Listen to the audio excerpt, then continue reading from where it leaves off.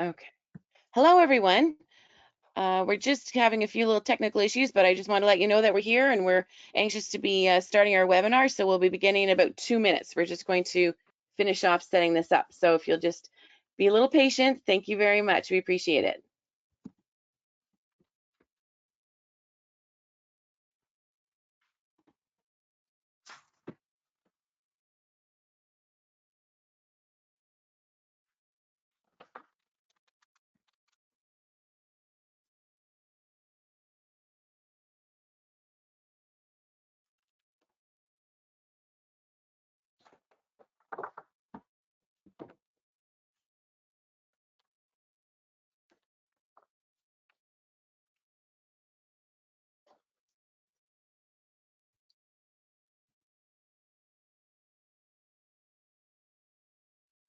See, there, I muted myself. Sorry about that.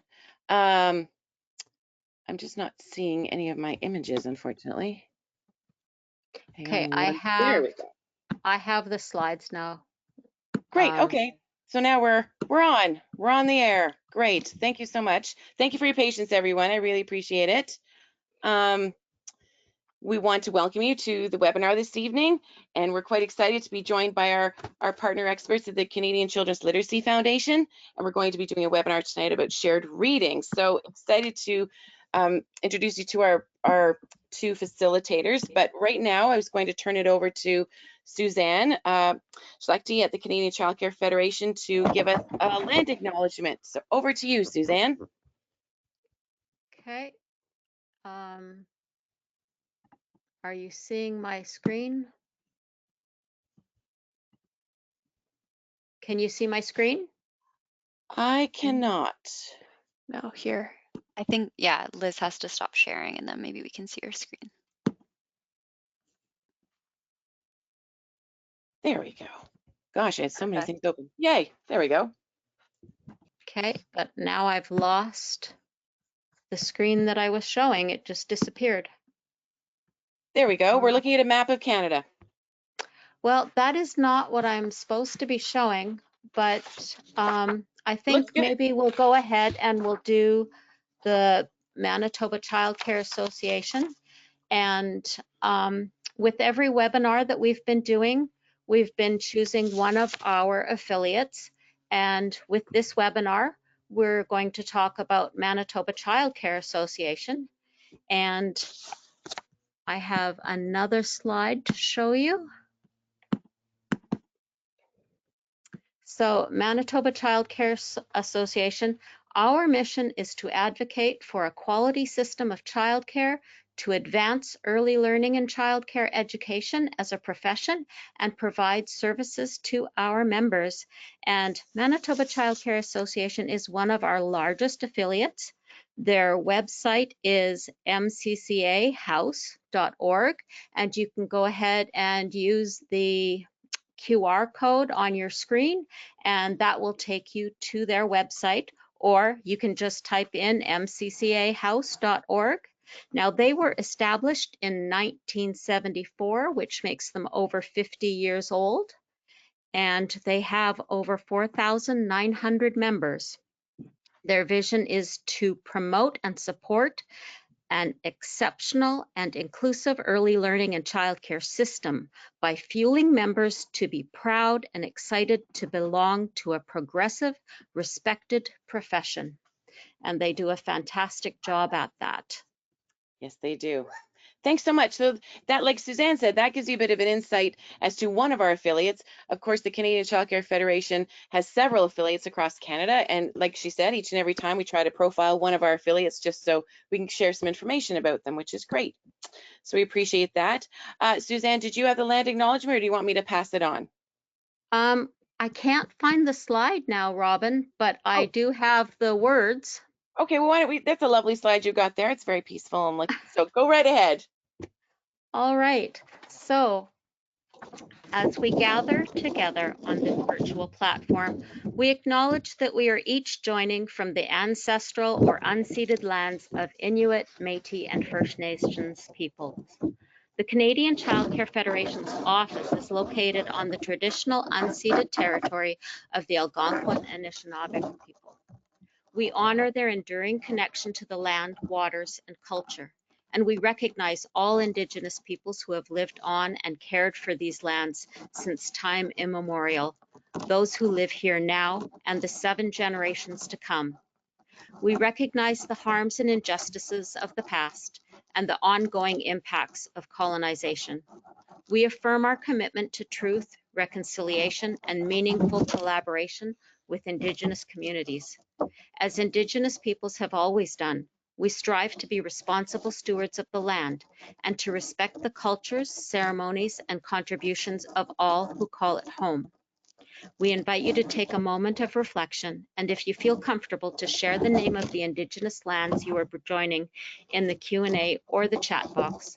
Let us honor the many peoples and places across these lands and consider the tangible steps each of us can take to move forward in a spirit of truth, reconciliation, and collaboration. Thank you very much. Thank you. So now, without further ado, as Suzanne said, you can feel free to type in where you're joining us from, and I see some people have already started doing that in the questions, so that's great. We will have a Q&A at the end of the presentation, and Liz and Caitlin will be able to answer questions then, so you can continue to put your information in there as we go, and then we will look at those questions at the end of the presentation. But for now, I want to turn it over to you, Liz and Caitlin, and start off our presentation for this evening. Great, thank you so much, Robin and Suzanne. So today, like Robin mentioned, we're going to be talking to you about how you can support children's language and literacy by sharing books with them. We're so excited to be here, and we're so grateful to be partnering with the Canadian Childcare Federation to make this webinar possible this evening. My name is Dr. Caitlin Parks, and I'm a program specialist at the Canadian Children's Literacy Foundation, also known as CCLF. We're a national nonprofit that promotes and develops literacy initiatives, champions literacy partnerships across the country, and supports people like you in building strong foundational literacy skills at home, in early learning spaces and communities. And I have a PhD in developmental psychology from the University of Western Ontario, and I'm thrilled to be here today with my colleague Liz, who will now introduce herself. Hi everyone, good evening. I'm Dr. Liz Atisano. I'm also a program specialist at the Canadian Children's Literacy Foundation, and I also hold a PhD in developmental psychology, and I completed a postdoctoral fellowship at the School of Public Health Sciences at the University of Waterloo. And I'm really looking forward to diving into today's topic this evening with all of you. And before we get into the content, we just also want to take a moment to acknowledge the land we are working from in Toronto. So the Canadian Children's Literacy Foundation's office is located on lands that are covered by Treaty 13 with the Mississaugas of the Credit, and is the traditional territory of many nations, including the Mississaugas of the Credit, the Anishinaabe, the Chippewa, the Haudenosaunee, and the Wendat peoples. Our work takes place on their traditional territory in the enduring home of First Nations, Inuit, and Métis people across the country now known as Canada. And core to our beliefs is that oral and written storytelling can contribute to honoring, respecting, and protecting the languages and cultures of Indigenous peoples who have lived here for millennia. We are committed to learning about the traditions and current realities of Indigenous peoples of this land. We strive to listen to and to learn from Indigenous ways of nurturing literacy in children, and to support those traditions in communities where we are invited to work together. So this evening, we are going to discuss with all of you what is early literacy, as well as how you can help children from birth to age 5 develop 5 foundational literacy skills.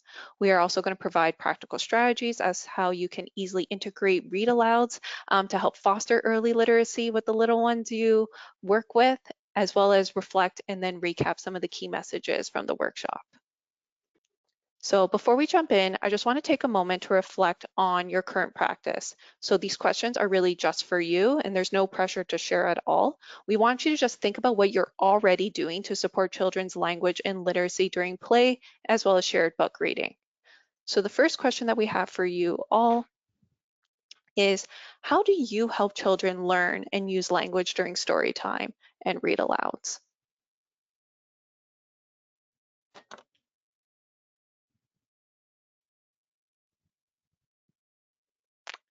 The second question we have for everyone is, when you read with children, how do you make the story engaging? Do you use voices? Do you ask different types of questions? Or do you connect the story to their world at all?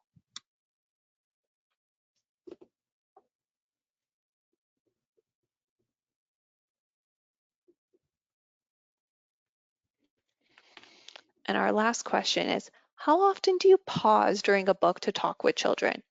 Do you invite them to share their ideas, for them to ask you any questions, or do you take turns having back and forth conversations while you're sharing a book together?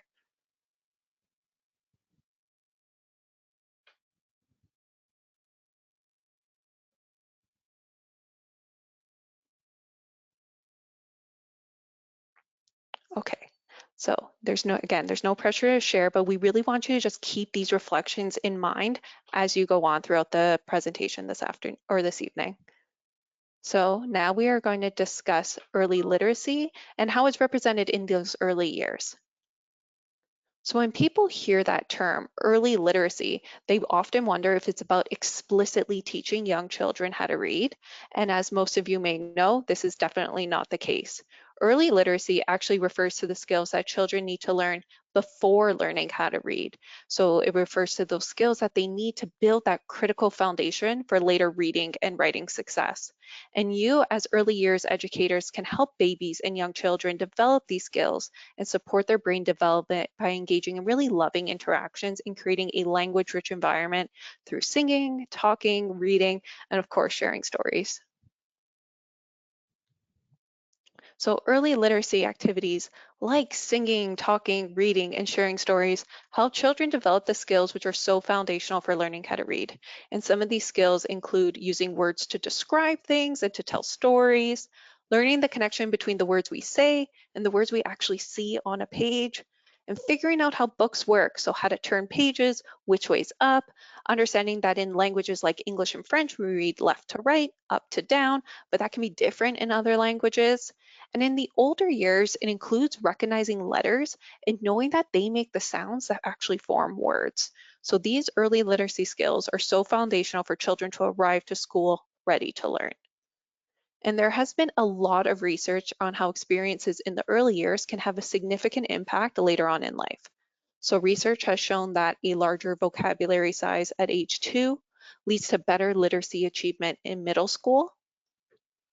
When children are read to every day, they hear 1.4 million words by age 5.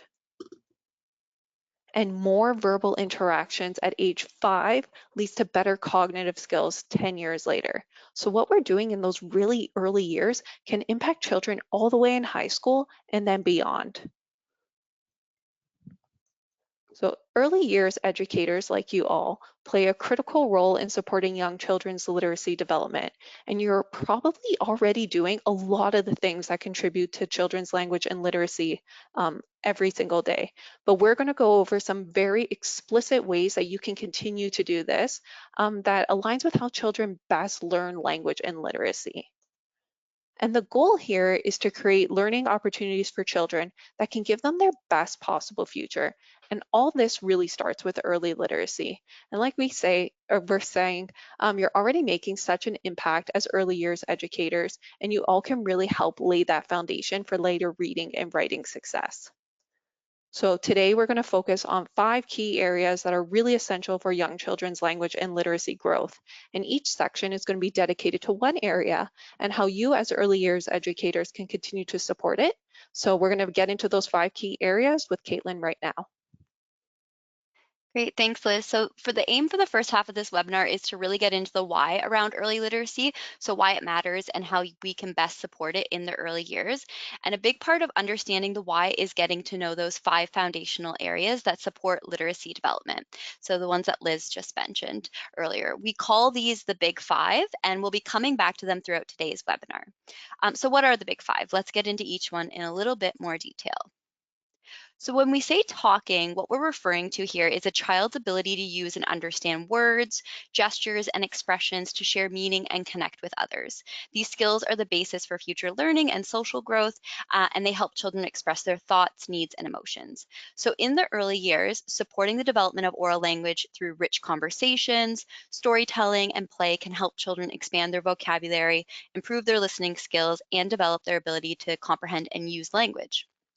And so one great way of looking at this is to strive for more than one back and forth with a child during conversation.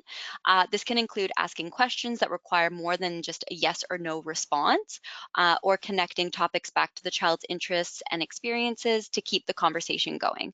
So engaging in regular discussions that go beyond one back and forth is a really great way to foster children's oral language development in the early years. And the more children engage in the meaningful communication, the better equipped they're going to be to understand language structure, which directly impacts their reading and writing abilities later on. The next area of the Big Five is understanding, which is the ability to make sense of what is being read or heard. And so in the early years, supporting listening and comprehension can help children grasp the meaning behind stories, conversations, and the instructions that you give them. So a lot of the time in the early years, you're reading with children and they're learning how to listen to what you're saying. So developing this skill early on allows children to connect ideas, predict outcomes, and engage more deeply with books and spoken language early on.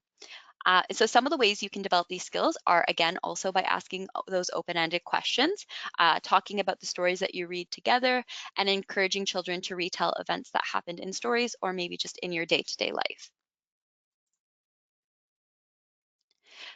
Now, when we say print concepts, we're referring to a child's ability to understand how printed text works. So this includes how to hold a book, where to begin reading, and the direction that text moves. So earlier, Liz mentioned that in English and French, text goes from left to right and top to bottom. So that is what we're talking about when we are referencing print concepts. And supporting the development of print concepts or print exploration in the early years helps to build familiarity with books. It helps children feel more confident when they're learning how to read. So by pointing to words as you read them aloud on the page and allowing children to sort of turn the page and play with books early on, even before they can maybe read them themselves, this encourages them to engage with text in really meaningful ways. The next area is all about connecting sounds and letters. So when we say this, we're referring to the ability to connect letters with the sounds that they represent, such as knowing that the letter B makes the B sound. And so this skill is important in the early years because it forms the foundation for being able to read words properly. It's important, but it can be overlooked sometimes, especially in those early years. So you can support children's ability to link letters and sounds through fun, engaging activities like rhyming songs, games, and letter exploration. So again, think about rhyming songs during cleanup time, emphasizing different sounds and words, and having children maybe even group toys by their first sound, things like that. The final area of the Big Five is early writing.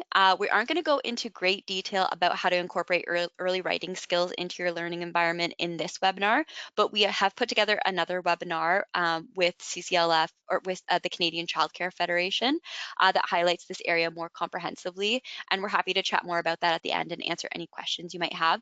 But when we say early writing, we're talking about how children use symbols such as letters and words to communicate thoughts and ideas. So as I'm sure you know, writing in the early years begins with simple marks and scribbles and drawings and gradually evolve into recognizable letters, words, and then stories down the line. So some of the ways you can support these skills are by building confidence by nurturing children's early scribbles and helping them learn that the ideas they share verbally with you can be written down on paper and make a story too, just like the ones that you read together. Okay, so we've talked a lot about the Big Five in theory, but what does this actually look like in your learning spaces? So let's take an example. Imagine a child's pretending to be at a grocery store. They're engaging in pretend play. That's a perfect moment to introduce vocabulary like cashier, receipt, maybe menu or checkout. There's tons of different words that you could introduce during that pretend play. You could also describe what the child is doing during their play. And this is going to support that first area of the Big Five, talking. So learning new vocabulary and talking with each other. For understanding, maybe a child is following a recipe in a pretend kitchen and you're asking them what's next. To support print concepts, you could add menus or signs to your dramatic play areas. So for example, a doctor's office, a store, a cafe. It could also be pointing out labels on food or traffic signs, even if you're outside for a walk. This shows that print is part of the world around them. And sounds and letters can come in during everyday transitions, like I was mentioning earlier, cleanup time. You could ask children to group toys by their first sound. So for example, you could say, can you grab the duck, the dog, and the deer, by emphasizing the D sound. Or you might say soup starts with the S sound.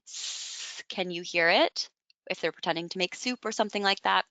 And then for early writing, maybe a child is playing server and writing down an order if they're a little bit older.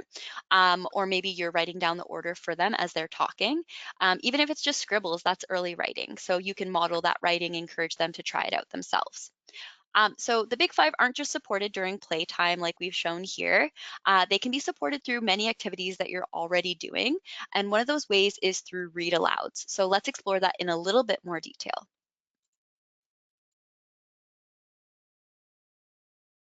Muted.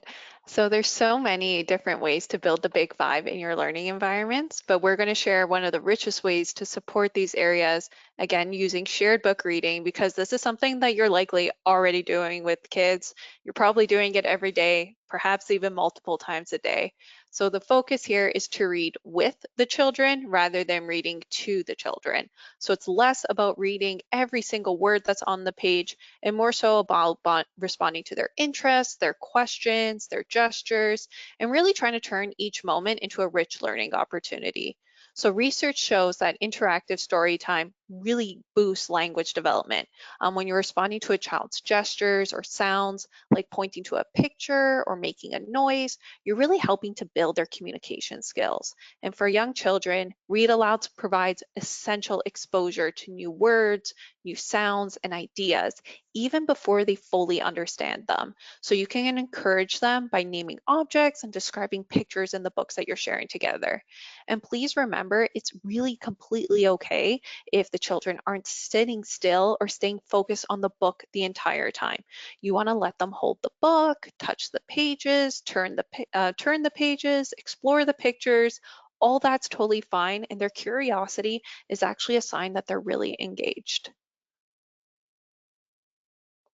And a lot of research has actually found that language used in books includes sentence structures that children don't normally hear in everyday conversations. So these sentence structures are important for helping young children develop their own literacy skills. So that means when you're reading to a child, you're giving them a chance to hear and learn new types of language that they wouldn't normally encounter. Another study has actually found that even picture books targeted to very young children, so we're talking like board books here, contain a wider range of sophisticated words than child-directed speech. So I just want you to think about this. Perhaps when you're talking to a child in the room, you might say, "Are you hungry? Let's go have lunch." However, a book might say, "Are you famished? Are you feeling peckish? Or are you starving?" So now instead of one word, we're just hungry, we have 4 words to describe that one idea, right? So that's how we've just expanded that child's vocabulary. And then when you think about it too, when we're having back and forth conversations, we're not always using proper grammar and proper sentence structure. However, books always have that. So that's why they're getting all these different types of words and vocabulary and sentence structure from books that they wouldn't always get in everyday back and forth conversations that they're having with you or their caregivers. So now we're going to show you a video of an interactive read aloud in a really busy learning environment. And there's going to be a lot going on in the video, but we're just going to ask that you try to focus on how the educator is asking children questions and getting them involved in the story. So as you watch, please try to think about what the child might be learning from in these interactions and try to imagine how something like this might look like in your own learning environment. And also, we know that the children in the video might be a little bit older than some of the children that you work with, and that's completely fine. Just try to picture on how you would do something similar with children in the age group that you care for. So the sound isn't working on my computer, so I'm just going to pass it over to Robin and she's going to play the video for us. Okay, so I'm going to click on the sound, but do you have the video as well? Or do you want me to share it on my screen? I've been made presenter. Okay, show my screen. Sorry, I just answered the I just question. thought that would be easier. Yeah, Perfect. totally. Thank you, Robin. Okay, hang on one second and I will. So can you guys see the screen properly? Absolutely. Okay, so I will just press play. Go ahead. Can reading aloud to children help support their oral language development? Which books seem to inspire the most language in your classroom? And why do you think these books inspire so much discussion?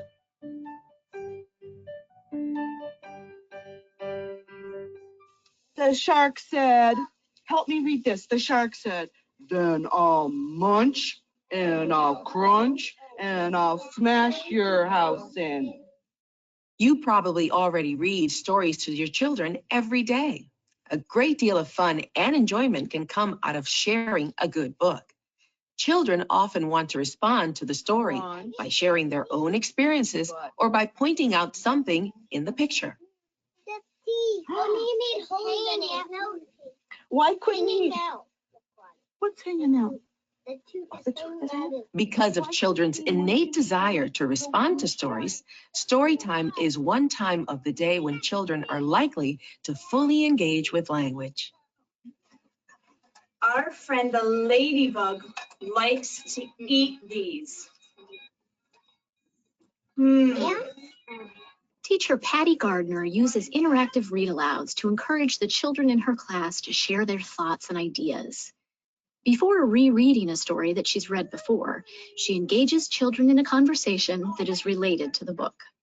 He likes to eat aphids. Grouchy Ladybug's one of my favorites because it's repetitive, an interactive story, and helps the children be a part of it. The repetitive nature is important for them. They anticipate the text. You're not big enough, said the grouchy ladybug, and it flew off. We're trying to find different ways for them to participate in reading a story that we've read at least once before. I think read-alouds need to be more interactive because it allows the children on a variety of developmental levels to participate in the story. Oh, you're not big enough, said the grouchy ladybug. And it flew off. Nice job, Lily. I like how you noticed. Lily noticed how much smaller the ladybug is to the lobster. By taking the time to acknowledge and respond to children's comments about the story, Patty turns her read-aloud time into an opportunity for children to engage in rich oral language. Effective reading to children enhances language development in a number of ways. First, when you read a book, children listen to you carefully because they're eager to hear what will happen next. During this process, they develop solid listening skills and listening comprehension. Second, as they listen to your story, children make connections between the story and their own lives, and they want to share their experiences. This stimulates their oral language practice. This is called a praying mantis. That's a very thin bug that stands on its back legs. Because there's one in one of my tag books. In one of the tag And books? I saw one in a garden. You did? And I saw one. Third, book reading provides opportunities to introduce new vocabulary to children. If you insist, said the elephant, raising its trunk and showing its big tusks. What are tusks? Put your hand up if you have an idea what tusks are. Like this. Not yet, sweetie. I'm not quite ready for you to turn the page. Lily, what's a tusk? Something that hangs out that's sharp. Children gain the most from read-alouds when they have the opportunity to engage in discussion before, during, and after reading the book. Let's talk about what you think this book is going to be about. Kiara, what do you think? And I'll write your words, okay? I selected Rosie's Walk today because there's pages that do not have text, which allow children to engage in a lot of oral language using the pictures to be able to predict what will happen next. There's a fox chasing the chicken. There's a fox chasing the chicken, you're right. It's always interesting to hear what they think the story is about, and not only hear what they think it's about, but why they think it's about what they think it's about. Dominic, what do you think? I think it's about a farm. You think it's about a farm? Why do you think it's about a farm? I think it's about a little red hen in a farm. Oh, does that remind you of Little Red Hen? The important part of shared reading is the word shared. It allowed children the opportunity to engage in conversation. He bumped into a Oh, he bumped into the rake from the other page. and he knocked get twisted. And his neck got twisted. Does everyone see that? Thank you. Anyone else notice anything? So that anytime there's an opportunity to speak and engage in oral language, you're expanding your vocabulary. And the particular book has a lot of the conceptual words that, we want children to learn over, under, around. So what's happening here? Alex, what's happening here? He went in the water. He did. The hen went around and the fox went in the water. Certain stories give teachers the opportunity to focus in a meaningful way on a specific aspect of language. For example, stories with rhymes, poems, and songs are great at enhancing phonology. A dog, a hog, an old barn, frog. Concept books that focus on size, numbers, and colors are great at developing vocabulary and concept development. Every book provides I think numerous we're okay. for you to Okay. explore language with children in meaningful ways. Yeah, I- perfect. Sorry about that. I was getting too involved in what I was watching there. Okay. That's good. Not a worry. No problem. Thank you so much, Robin. We appreciate that. Okay, so now that we've watched that example of an interactive read aloud or a couple examples, let's talk about some practical ways you can make the most of story time with your children. So we're going to walk through 5 strategies you could use during shared reading to build those big 5 areas of language and literacy development that we've been talking about.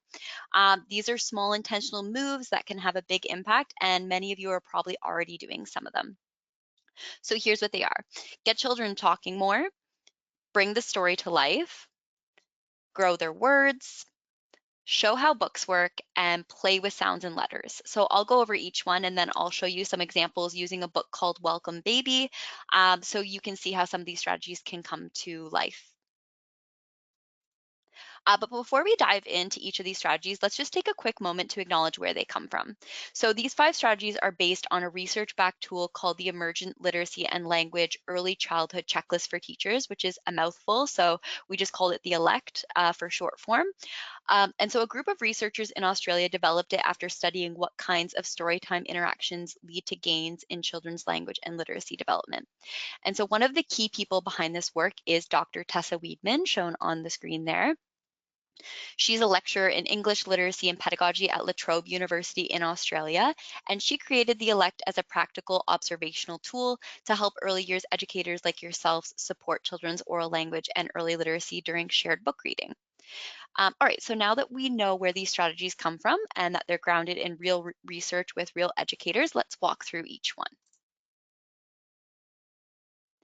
And you saw many of these in the video that we watched together, but I'm just going to go over them one by one. So the first is get children talking. This might seem counterintuitive during shared book reading, but it's actually really important to have children engage with the stories that you're reading together. So it helps build their language and vocabulary skills, and you can do this by asking open-ended questions and striving for multiple back and forths like I mentioned earlier. You can ask them about things that happened earlier or things that are going to happen in the future. And I think the educator did a really good job doing this while she was reading the stories to the children in the video. The second is about bringing stories to life. So you can use your face to express emotions or how the characters might feel. In the video, the educator was mimicking what a trunk would be like on an elephant. You can act surprised or change your tone based on what's happening in the story just to bring the story to life and make it more exciting.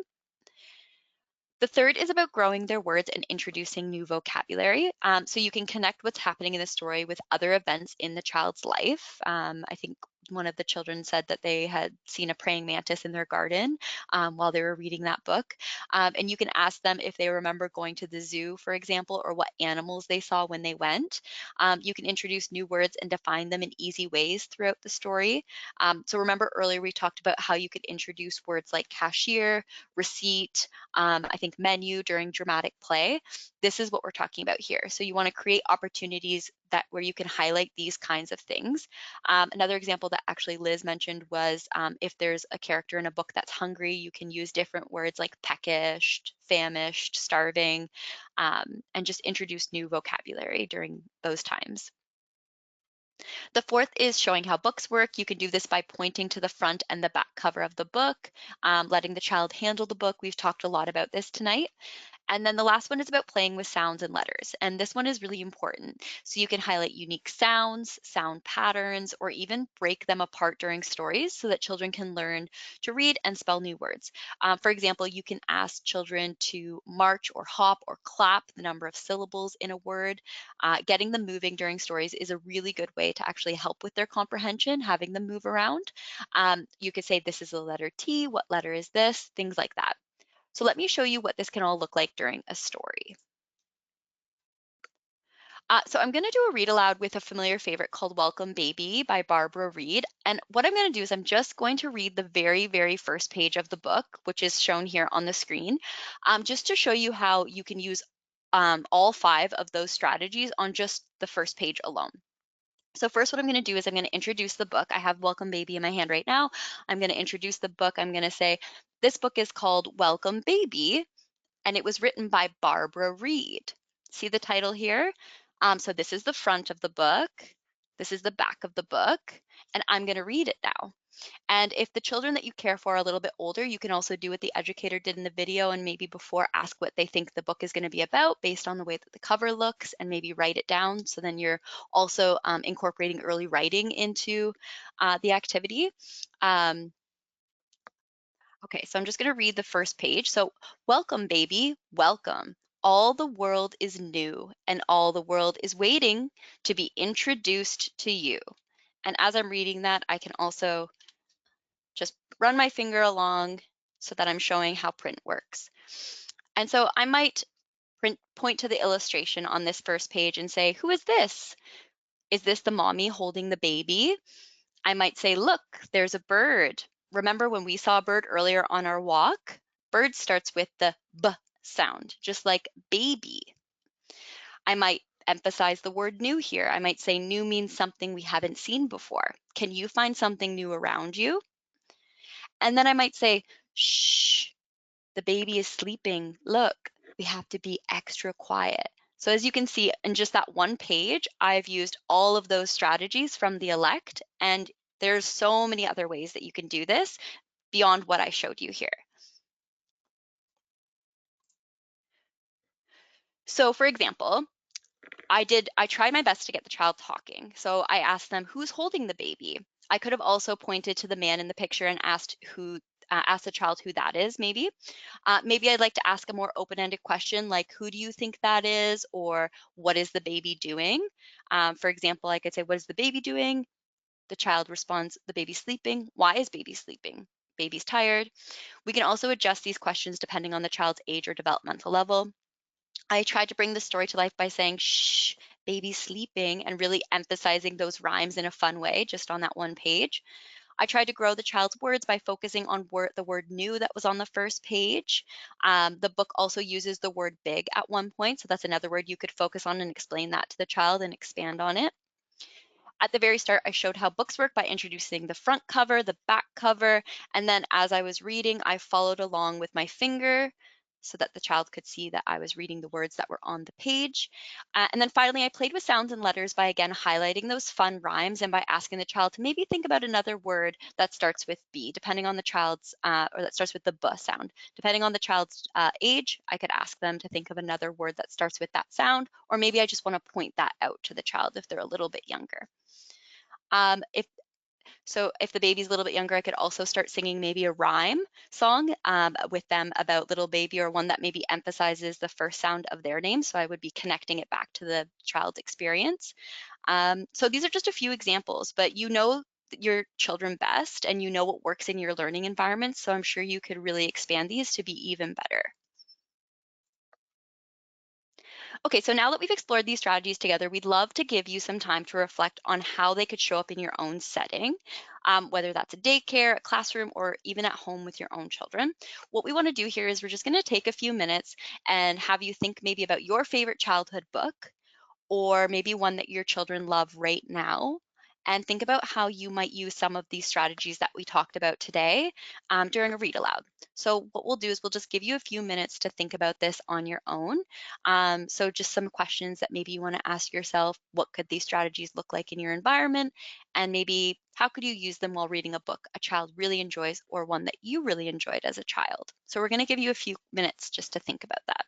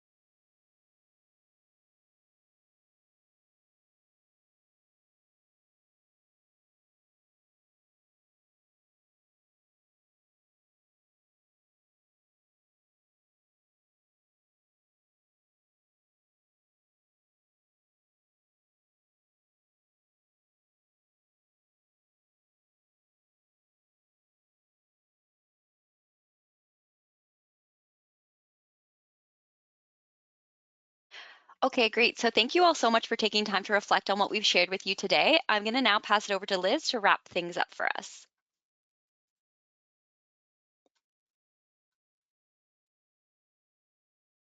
I keep doing that where I forget to unmute myself. So thanks everyone. And as we wrap up today's workshop, I just want to leave you with some key messages. So first and foremost, we know that early literacy experiences are essential. These early moments of engagement with books and language lay that foundation for lifelong learning and success.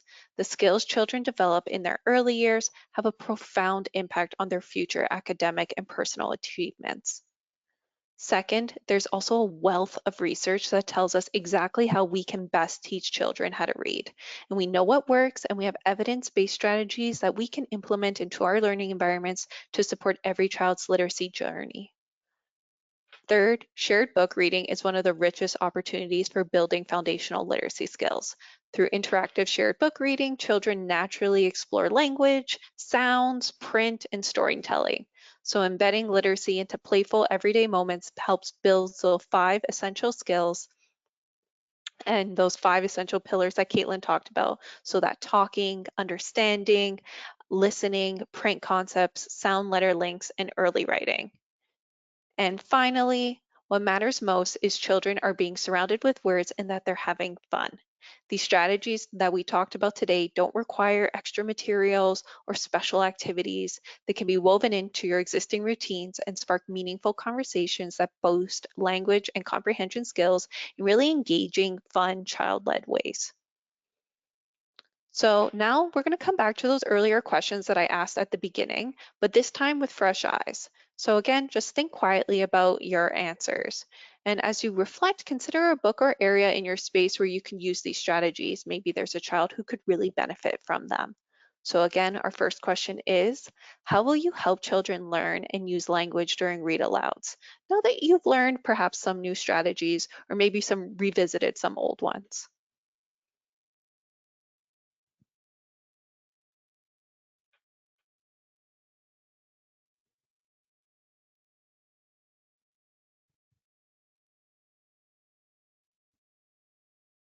When you read with children, how will you make the story more engaging?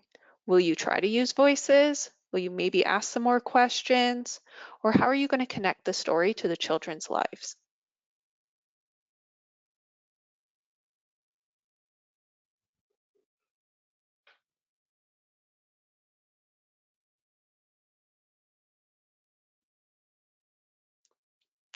And how often will you pause during a book to talk with children? Will you invite more back and forth conversations, ask more open-ended questions, or encourage them to share their ideas?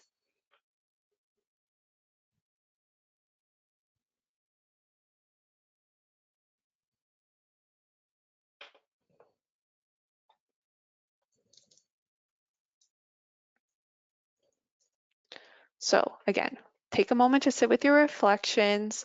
What feels exciting, what feels doable, even really small changes in how we talk with children can have a really big impact on their language and literacy growth. And if you're feeling inspired, maybe jot down one thing you want to try this week. And remember, you're not doing this alone. We're all learning and growing together. So as we're wrapping up, we'd really love to stay connected. So we're going to invite you to follow CCLF on social media for news, updates, and information on our training and workshops. So all our handles are listed here, so please feel free to follow us and stay engaged. And we also have a short survey we'd love for you to complete. It should only take about 3 to 5 minutes, and it's going to really help us improve our future workshops for amazing early years educators like you all. So we have the QR code on the slide, and we're going to try to add the survey link into the chat as well. So we just want to thank you so much for being here today and for the incredible work that you all do every day supporting children's language and literacy development. Your dedication truly makes a lasting difference in the lives of young learners, and we're so grateful to be a part of the journey with you all. And I know we have some questions in the question box, so we're going to get to that now.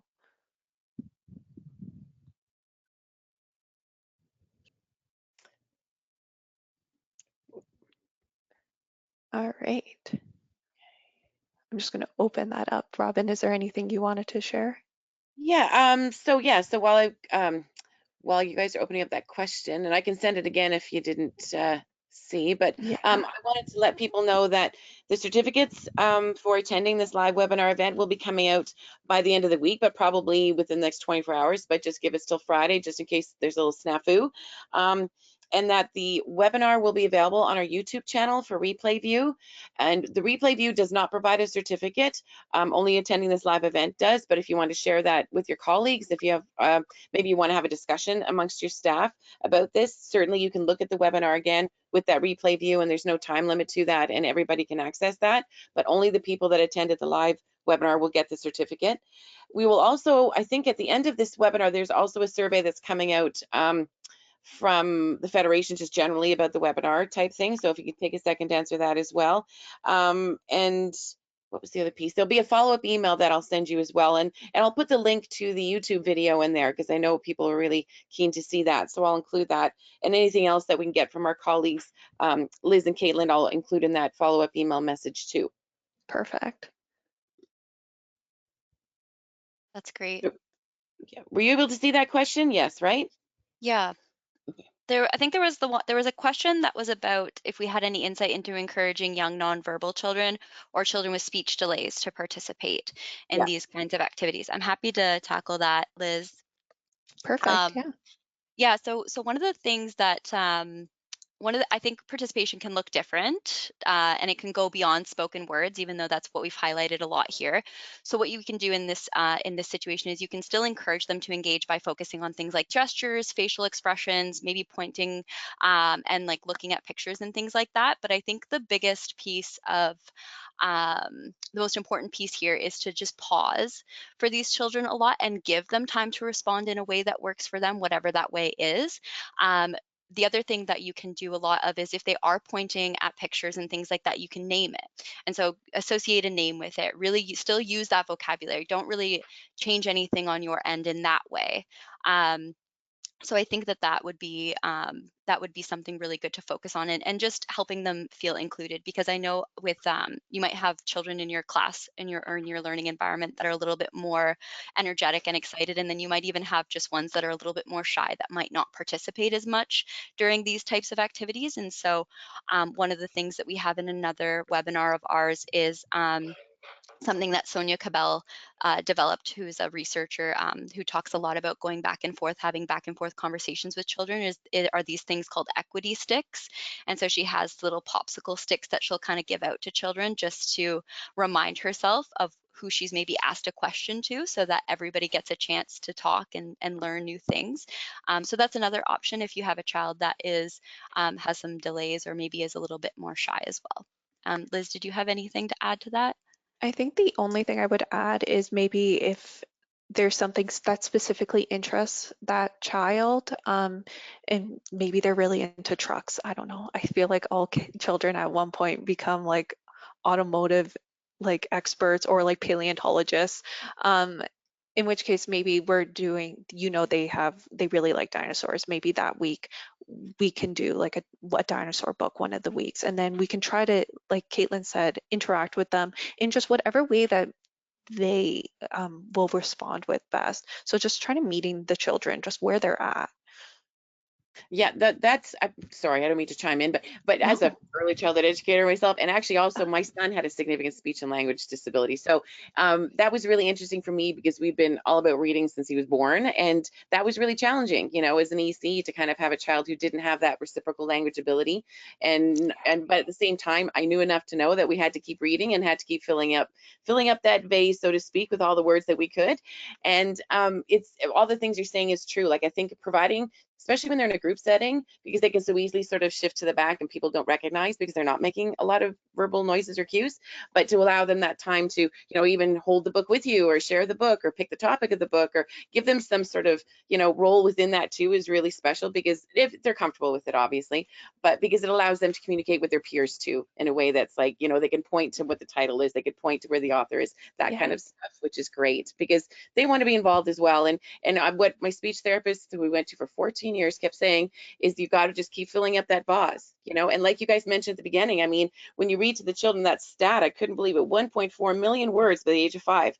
So even though the kids aren't maybe spilling all those 1.5 million words back out to you, it doesn't mean that they're not going in. So I mean, that's a real focus on that, and that was amazing to hear because that really brings it home, I think, for a lot of people to realize the value of what this is with young children. It's amazing, so exciting.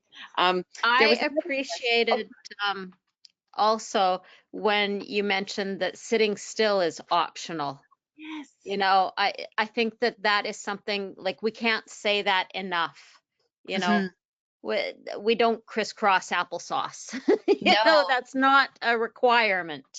No, and there's actual research to show that trying to get children to do that can actually be detrimental for them. So having them sort of move around can be really good for them, for their comprehension when they're doing things like that. It helps them engage with the story. So there's actual research to support that moving around is important. Especially with young kiddos, right? It's not realistic to expect them to sit for extended periods of time. So even perhaps if the story's a little longer, I think that's one of the questions here too. Maybe we can split it up into 2 sessions, right? Just really, there's no need. I don't think we need to go through like the whole story. We can like pause, take a break, come back, kind of depending. You know your children best, right? And then I think another question is, if a child has a multilingual situation, does this delay the child's language and literacy development? And no, not at all. Say if it's a French and English child and they know the word dog in English and in French, so dog and chien, that doesn't count as one word for them. That actually counts as 2 words that they know, right? And then I think another thing to think about is that they might know all these words, but they just can't say all of them in maybe both languages. It's a lot for them. Caitlin, do you want to take the rest of that question perhaps with like the bridging of the English words to? What was the question? I can't see the questions. It says, if a child has a multilingual situation, does this delay the child's language and literacy development? Oh yeah, no, I think you did a great job at answering that. The answer is absolutely not. No, I think you did good. Yeah. Yeah. And then maybe if the child says a word in whatever their home language is, and you happen to know that, you can maybe repeat it in English. If they say, oh, it's a chien. I'm not multilingual, so I'm just going to use the very limited French I have. You could say, yes, I see that dog. Where else have we seen a dog? So it's not necessarily correcting them because you don't want to do that. Or maybe if they like mix up the grammar because the grammar structure is a little different, you don't want to ever say, no, it's actually, you would just re-say it in English using proper grammar structure. I think another question is, let me see, how long? What about when the moving children are too loud or bothering other children? I'm assuming I can't always allow free reign. I think you are professionals in this situation, and perhaps to like use your best judgment on what might be too much. For instance, maybe there's like a long word, like let's say we are paleontologists that week and we're reading a book on oh my gosh, Tyrannosaurus Rex, and we want to like hop out the syllables to all those words just to get some of like the zoomies out a little bit. Or so instead of clapping, we're going to hop the syllables together. Like that could be fun. But if the children aren't paying attention during the read aloud, perhaps we just have them do something else. Again, we're going to obviously allow you to use your best judgment. You know what works best in your learning environments as well. A question here is, how else can I help children with their vocabulary aside from mentioning the words and their meanings during read alouds? And then someone else wants a little more examples of playing with sounds and letters. So Caitlin, do you have any ideas about those? We can definitely provide some, we have like handouts and things like that that we can provide after. If that's something that would be of interest, we have like examples and like some ideas that we could share, some resources if that would be, if we're able to do that. Yeah. That'd be great. Okay, great. Yeah, we definitely have lots of stuff. Yeah, and I think with building the vocabulary too, I wouldn't focus on like having to point out every single word and like expanding their vocabulary, but like think about the interactions that you're having with the child. Having those a lot of back and forths is a really natural way to build the vocabulary, and also helps build the relationship that you have with the children in your classroom too. So as you learn their interests, okay, like what else could I be doing? And just have it be like a natural, fun way to do things rather than, oh, I have to hit every single word. We don't want you to feel like you need to like target practice all this. No. Yeah, just literally talking to a child is, and maybe you're doing something, maybe you're cleaning up in the classroom and you're trying to get, you're doing your job, you're trying to do something. You can even just describe what you're doing and talk about what you're doing and have the child be listening to that. That something as simple as that is a way to build their vocabulary. Just talking to them and describing what they're doing, describing what you're doing, things like that. Well, that's great. And I think that what, like Suzanne mentioned, I mean, that's such a key piece, because you may be listening to this webinar and being all keen and getting all excited about what you're going to do tomorrow in your practice, but you may have a colleague that still thinks that everyone should sit quietly for story time, you know, that's a thing. So it's interesting that we'll be able to, you as an educator can share some of this stuff with your colleagues as well and have some conversations. And certainly we will share some resources that you could use as a starting off point, you know, or encourage them to watch the replay view of the webinar, or even you could clip the part where really keys into that, so that point gets across to them too, because for some people that might be a bit of a stretch from what they're used to doing or what they've done in the past. So that whole idea of that interactive story time and having children talking and going back and forth, I mean, that for some people is quite new, you know, but it's so important, because you can see how it really energizes a story time and really brings so much more to the session, having this shared story time as opposed to the way we used to do it in the old days, so to speak. So, but thank you. That was so informative, and I'm feeling very inspired. But unfortunately, I only have a 19-year-old to read to now, and he doesn't really like my reading. So, but I'll try. What the heck? But thank you very much for all the questions as well. We were really pleased that you guys were so engaged, and we encourage you to ask more questions. If you have other questions, in the follow-up email, we'll have email addresses and things like that, so you can reach out. And if something comes to you afterwards, and will we be sharing the video link too? There's a question. Yes. Yes. Okay. Yes, that'll be in the, as well as the slides. I mean, sorry, the YouTube video, we'll post in YouTube this whole webinar, so people can stop and start it as they will and as they want, and take notes or do additional notes or share it with colleagues and that type of thing. So all that information will be sent out by the end of the week, if not before, but certainly by Friday for sure. Is there anything else you guys wanted to add in closing, or? Oh, I think I think we're okay. I think we have 2 more of these. So we have 3 webinars in total that we're doing twice each. So please keep an eye out for that. And and you'll get a certificate for each one. Yes, and we're doing them in French as well. So if you have French colleagues that are interested in that, please let them know. And we'll be sending all that information out on our Facebook page as well as eBlast as well. So thanks for joining us, and thanks you guys. That was wonderful and very inspiring. Thank you so much. Thank Thank you. you, everyone. Thank So you. good night, everyone. Good night. Good night.